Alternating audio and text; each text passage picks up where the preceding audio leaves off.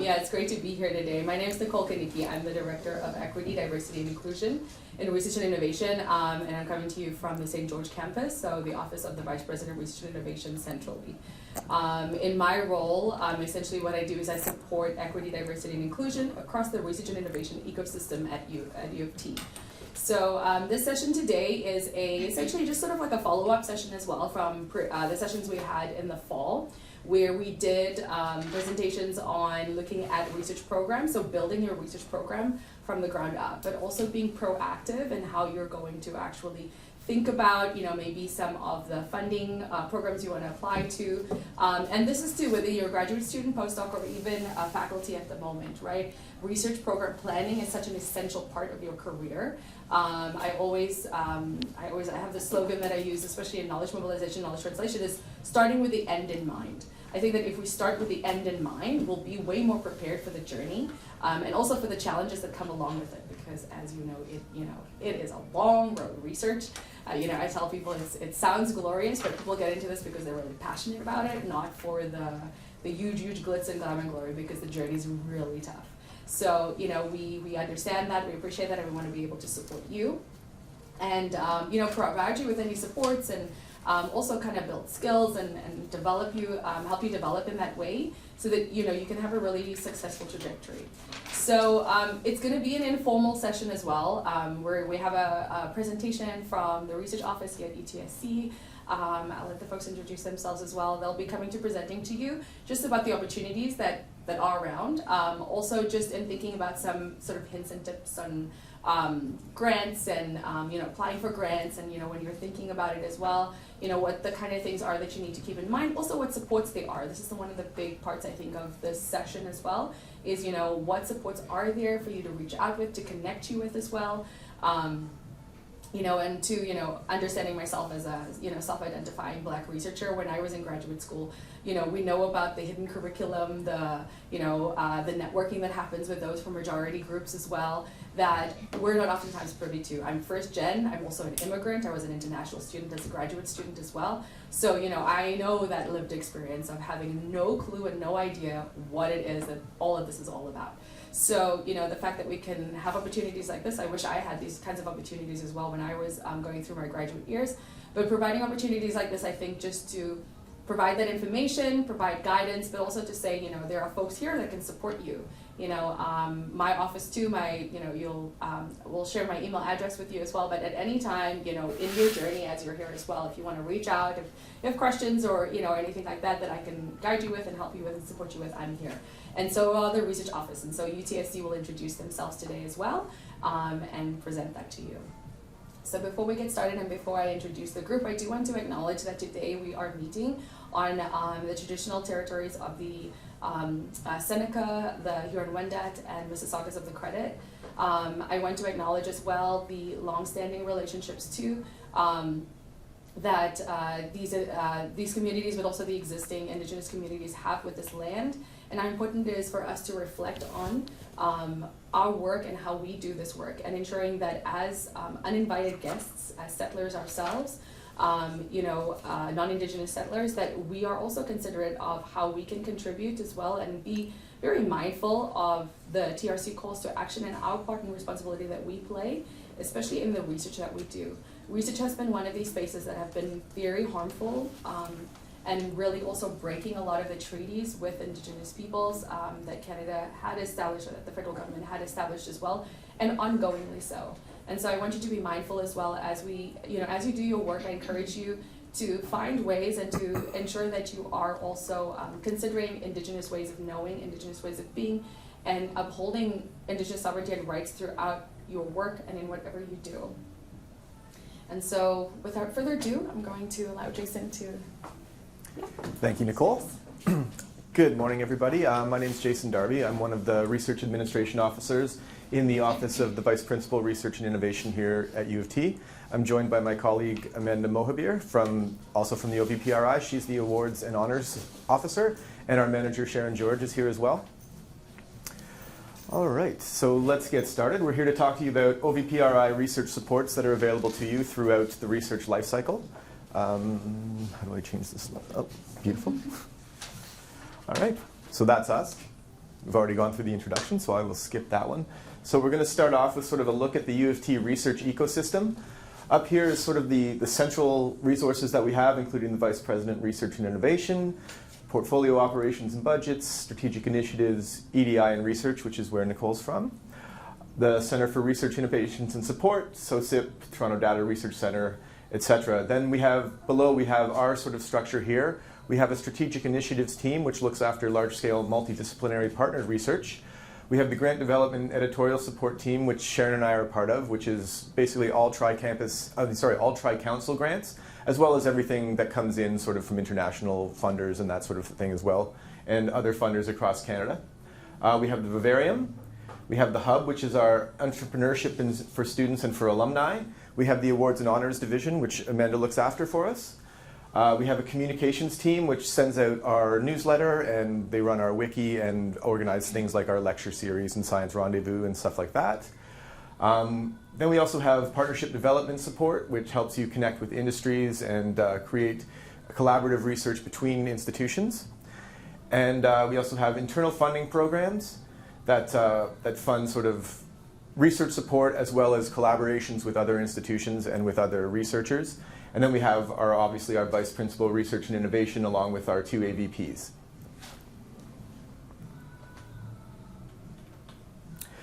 So before I launch into the services that we provide, I'm just going to sort of give a brief, quick overview of the 3 pillars of research as they talk about downtown, which is the Innovations and Partnerships Office, the Research Services Office, and the Research Oversight and Compliance Office. These are the 3 main areas of the VPRI downtown that are involved in the research lifecycle. Research Services tends to handle most pure research type things. So if you're looking for tri-council funding, that's where you would go for the majority of the programs.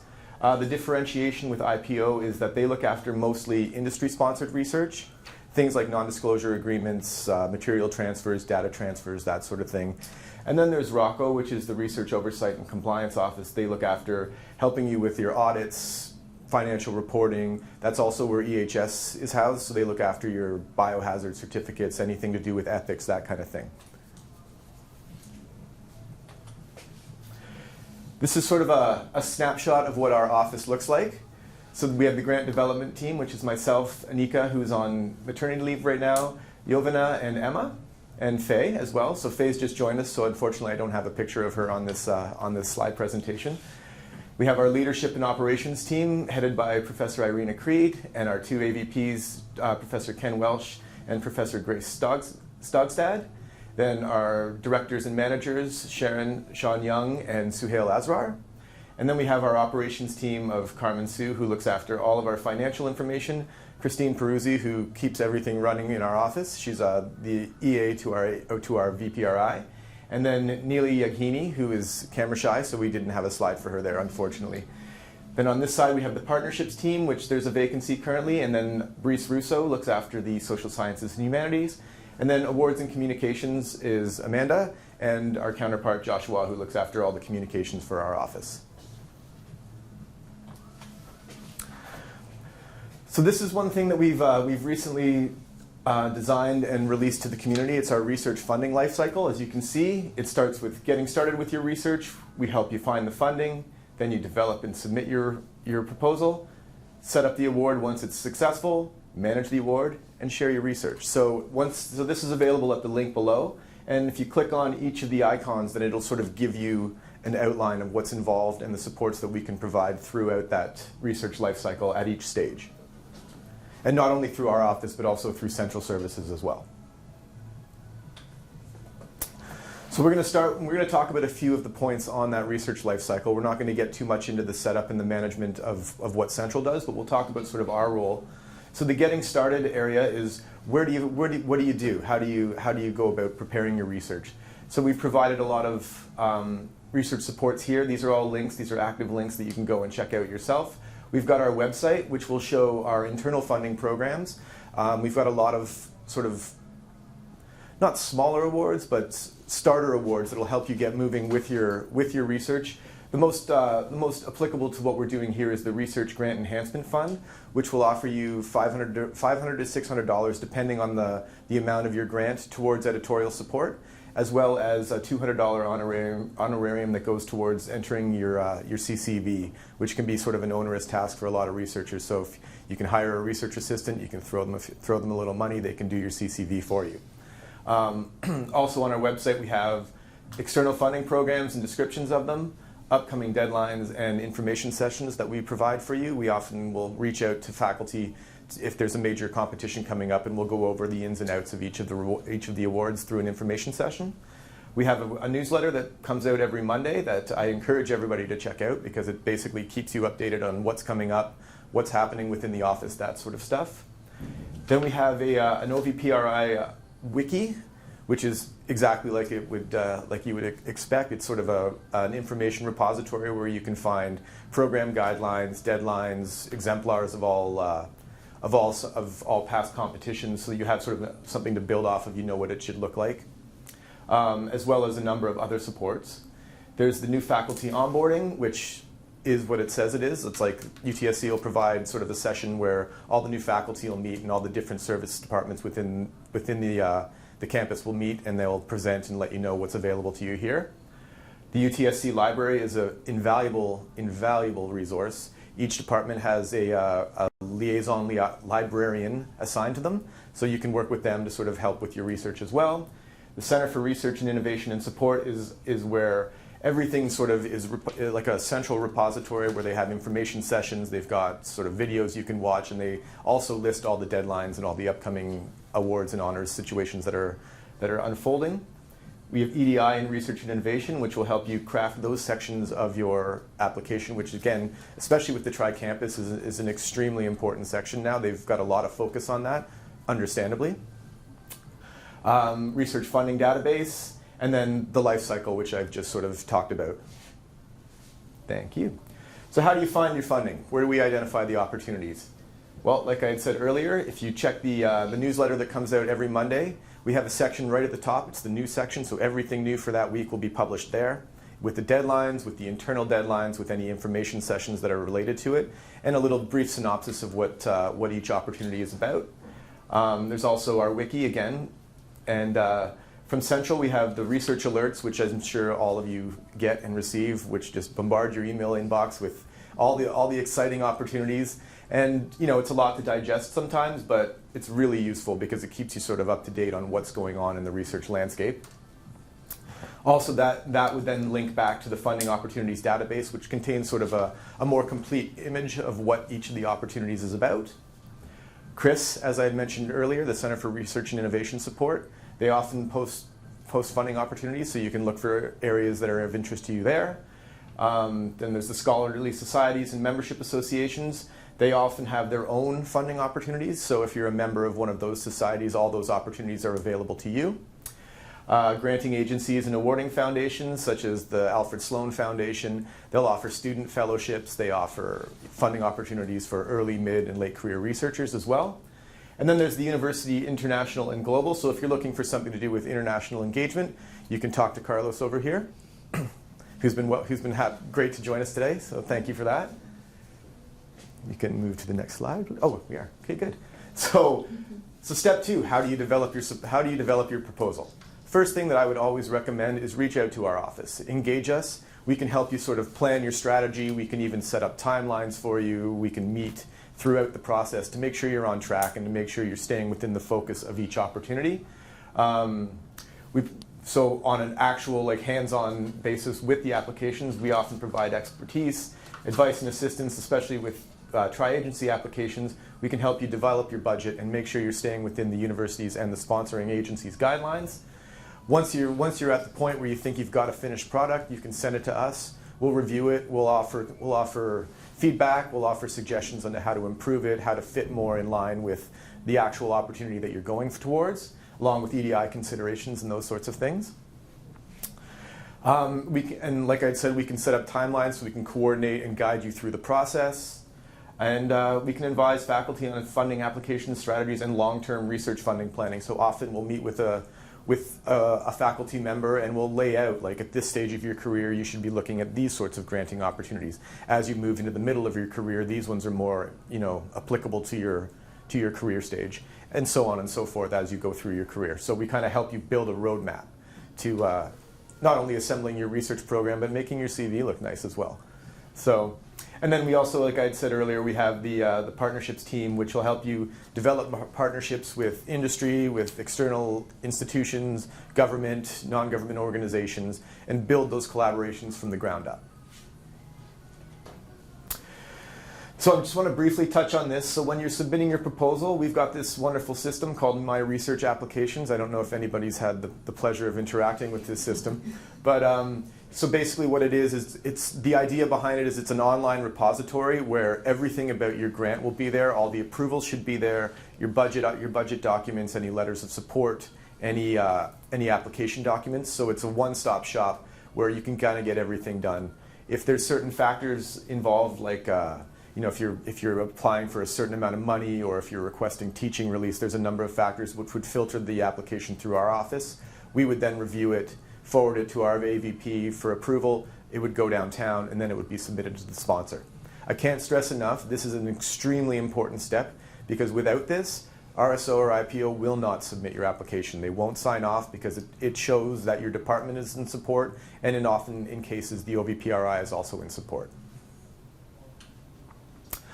I just wanted to point out some of our upcoming external grant deadlines. So we've got the CIHR project grant competition, which is well underway.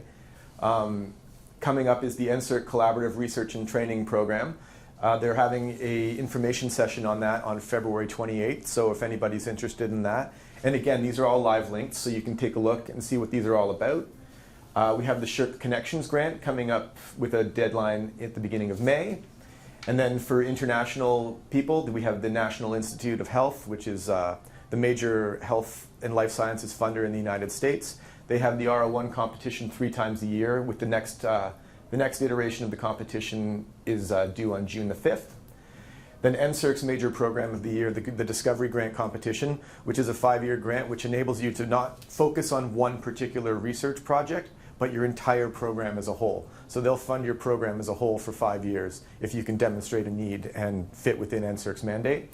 So they have a notice of intent that's due August 1st, and we'll probably be running an information session on that, I would say, in early June.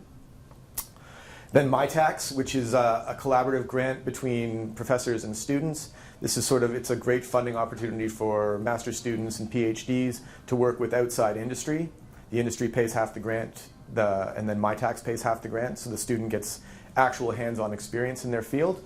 This is an ongoing deadline, so if you can come up with a project, then away you go. You just apply to MyTax. We can connect you with our UTSC MyTax expert, and he can help you shepherd through that process. And then I know that there was some students coming today, so I added the Mary Curie Fellowship, which is a major international fellowship award that enables students from U of T to partner with a PI in Europe. And so you can go to Europe for a full year, or they can come here. So it just takes us the two PIs working together to sponsor the student, put together a program. And it's a very successful program. Many UTSC professors have taken advantage of this over the years. Then here are some of our internal grants. So we have the Departmental Research Fund, which is coming up due in February. Then the International Research Collaboration Fund, April 1st. The Research Competitive Fund is November 1st. And like I touched on earlier, the Research Grant Enhancement Fund, which is an ongoing deadline, and it falls in line with actually planning the start of your application. So if you're working on a SSHRC application, you can apply for that. You can get editorial support, CCV support, as I had mentioned earlier. And then this is the UTSC Inclusive Excellence Postdoctoral Program. This is run by the Principal's Office, and it comes up every December. So keep your eyes open for that. It's a great opportunity. And next slide, please. So then now you've gone through the whole process, your research is done, you've got all this wonderful news to share. How do you get that out to the community? So you can, we have publications databases, Scopus and SciVal. Then there's also TSpace, which is an open access repository. This is a Tri-Council requirement, so if you are receiving Tri-Council funded, you're expected to post results and information there. We have media resources for faculty, which you can open the link and go through what those are all about. Communicating your research stories through the UTSC Communications Office. Often in liaison with us, you can reach out to us and say, hey, I've got this great thing going on.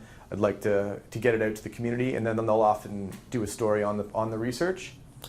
We have a Twitter handle, so we're often sending out little blips of information about events, upcoming things, exciting activities going on at the university. And then research at conferences and symposium and workshops, so you can get a group together and talk about that. And we have an internal funding opportunity that will contribute towards the cost of that, as well as awards and honors nominations. So that's one of the major things, is that you've got this great research, you should be recognized for it. So there's a lot of different awards and honors nominations that you can seek out, and they provide funding, as well as it looks really great on your career. So with that, I'm going to turn it over to my colleague. So just to kind of talk about the award side of things and finishing off what Jason mentioned, research awards is a really nice way to highlight the accomplishments that come from your grant funding, whether that is a paper or any sort of milestone with your research. So there's really two categories we like to break it down into. So the first is recognition. So yeah, any way to just celebrate the body of work, any notable research outputs, but then also the impact of your work. So there's a nice, I guess, cycle where, you know, if you publish something and it gets picked up by the right channels, it can kind of propel your research in a different way, or just kind of make it, you know, much more national or even international as your career progresses. And recognition also starts to inspire this culture of inclusive excellence that, you know, is very important at UTSC across UFT and then, you know, nationally as well. And being able to highlight, you know, particular researchers or professors that are maybe not always being put up for awards is something that our office in particularly has really taken a strong hold onto. And then in terms of your own career development, usually some early awards will always have funding allotted to it, so that can be another way to support your research as you kind of move forward with your career, moving from early to mid-career, and then national, international awards. These are additional sources of funding, recognition. Maybe you get invited to be like a keynote speaker based on a publication. This has an award associated with it. So it's a nice way to kind of parallel your grant funding and just kind of keep giving you a measure of recognition within your own community, but then nationally and internationally as your career accelerates that way. We can move to the next slide. So it's really critical to kind of think about the right award and the right time for an award. So we do have a lot of faculty that come in a very early stage thinking about, okay, they just have the end goal in mind in terms of like a really large award, but sometimes that's not always the right way to go about things. So we actually want our faculty to start off with getting, you know, like early career awards, things maybe from like association, stuff like that, and then moving up the channels into a more like larger national or even international award. So things to keep in mind would be to look at the eligibility requirements. Some early career awards may have age limits, so they may look at faculty that are only like 40 years or younger. And then are your achievements related to the award? So maybe if you have a new publication that's come out and you want to apply for a specific award, but it's not always like the best fit, it may be best to, you know, consult with our office or wait till you have research that more fits to whatever the award is, or then to find an award that more aligns with whatever your research impact has been. So I wanted to talk about the different stages of awards and careers and how they align. So for a faculty that are early career, so we'd say this is within 10 to 15 years of post-PhD, mainly because they've done a postdoc. You want to look at more discipline-specific awards. So these will be awards that are from maybe any journals that you normally submit your research to, any associations that you are part of, or any award that has like this tagline of early career. It really is going to be supporting researchers that have a lot of potential. So maybe they have one or two outputs, and it's really looking at that and then where can they use this award to project their career or take it to the next level. In terms of mid-career, so we're looking about, again, 10 to 15 years, but kind of at that later stage. And this is where you started to establish yourself in your division or your discipline. This is going to be more aligned with grants and publications.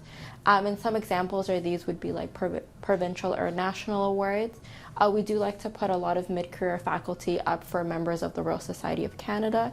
This could also be a good time to look at book awards as well as community engagement awards, since those relationships have now been established. And then for established researchers, so this is really someone that has excelled throughout their career. You're going to be putting up your body of work that has really shown the excellence that you've accumulated over numerous years. And you're really looking at the impact beyond academia. So this could be like a national or even international award. And one of these examples would be something like the Fellowship of the Royal Society of Canada, and other milestones or big impact awards. And then we do also have our own internal awards program at UTSC, which is a great place for faculty to start, but then also to continuously support their research and celebrate their excellence. So the first we have is the Principal's Research Award. So this is supported by the Principal's Office. This is $10,000 and it's a premier UTSC faculty award. So this does require 2 letters of support from professors external to the university. We also have our Research Excellence Faculty Scholars Award, also for $10,000. This is more for mid-career faculty. It's a nice award that kind of helps propel them from that mid-career into the established researcher phase. It's a nice way to celebrate any sort of major contributions. We also have a Research Recognition Award. So this is for newly tenured professors, and it's a nice way to highlight their contributions. They've just made tenure, so they probably have a lot of impact and other sort of scholarly contributions to highlight. And then we do have our Pre-Tenure Faculty Research Award, which is for new faculty. We give out 3 awards in the divisions of Humanities, Social Sciences, and Sciences. And actually for 2022, Professor Mark Campbell was one of our winners. And then for the Downtown Awards Office, these are more awards for established scholars, but there's Awards of Excellence, University Professors, and President Impacts Award. So this is another way to highlight any sort of major accomplishment and lifetime achievement. So when you're thinking about being nominated for awards, different from grants is that you usually need someone to nominate you for this. So it can be your department chair, or a lot of times nominations will come from the OVPRI, so from our Vice Principal, Professor Irina Creed. And this also means that she's going to be the one to help support your nomination, but there's still a lot of work, like a grant, that you as the nominee are going to do. So this is really in the matter of preparing a dossier. So it would have a citation, so a very brief summary of who you are, like a snapshot of who you are, a summary of your achievement, list of top publications, and then your CV. So it's a different way to highlight the excellence that you've achieved over your career. And by having a prepared dossier, it's really easy to move it from one award to another. So a lot of times when faculty think about applying to awards, it kind of seems like a roadblock because they're always familiar with grants. So if you're able to commit the time to prepare a dossier and maybe update it yearly, this is a nice way that you can move it from, maybe one of our internal awards to an equivalent that's external, and then build on it. So it's not like every time you're starting from scratch. And then it's also important for a lot of awards to have referees. So these are people that maybe are part of your discipline, that you meet at conferences, or that are colleagues that you've kind of built and maintained relationships with over the years. A lot of awards do want to see people that are outside of the university as your referees, and even international as the award gets bigger in magnitude. So that's something to keep in mind when you're doing networking and things like that. And then, so what is our role at the OVPRI? How can we support you as professors and as faculty in terms of determining the correct opportunity for you? So one of the ways that we can do that is I would set up one-on-one meetings with faculty and kind of talk about their research, their career stage, and then do my own research on the back end, finding opportunities for them.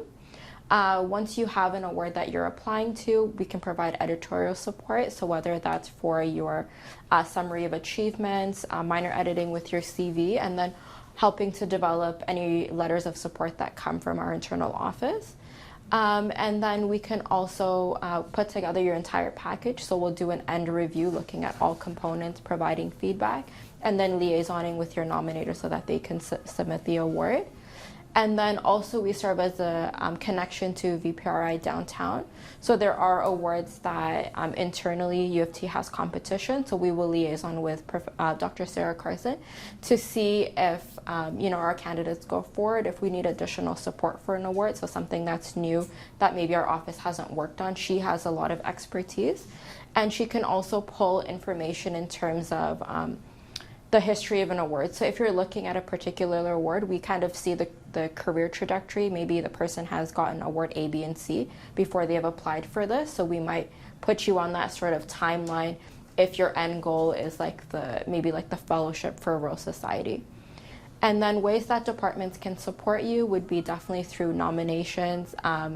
Some departments do have an awards committee where the associate chair takes a primary role in wanting to support awards and honors, which has been really helpful with thinking about, faculty that maybe have gone unrecognized for their achievements. And then what we do is with our office, we send out quarterly reports to the department, which are going to be specific to the discipline. So it gives them a preview of what's going to be upcoming. And then other ways that you can find opportunities are through our awards and honors database, or this you're able to search by discipline or award type. So early or mid-career, you can search for things specifically like women in STEM. This is UTOR Access. And then there's also a lot of information from the VPR downtown in terms of awards and nominations tips. So this is also found on our wiki. And then with our OVPRI newsletter, we do publish awards that are upcoming for the next 3 months. As Jason mentioned, there's also the Pivot database, as well as Chris, that has kind of a record of previous workshops that we've run. So there's workshops that downtown has run for things like the Sloan Fellowship or humanities focused ones that you can go into and see the slide deck and get some additional support from them. And then, as I mentioned, the quarterly department reports go out to faculty, but they're also on our wiki. So in case sometimes the chairs might not always send everything out, or maybe you didn't catch something, everything is uploaded on the wiki. And then other ways to find funding is definitely through any sort of membership or association you're part of, as well as your granting agencies will also have awards in addition to grants that you can look into. So those are all options for finding the correct award for you. And then I just wanted to highlight that I am hosting a Research Faculty Awards information session next week. This is basically going to go a bit more in depth in terms of what I covered here. So talking a bit more about the dossier, how to find the correct awards for you. And then we do have panelists from some of our UTSC faculty that have been successful in winning awards, as well as Dr. Sarah Carson, who's the manager of the University Awards and Honors, to answer any additional questions that faculty have. So I then also for students, I just wanted to highlight that the Awards Explorer from U of T has awards for undergraduate as well as graduate students. There is between 400 to 1,000 opportunities, and you can search for awards specific to Black students. So there's about 55 awards for undergrads and then about 19 for graduate and postdocs. But there is a lot of awards that are available, so it's just a matter of committing the time to doing the research to find something that works for you. Take care. Yeah, so that's all that Jason and I wanted to present today, and then we can go into any questions or additional comments. Thank you. Thank you.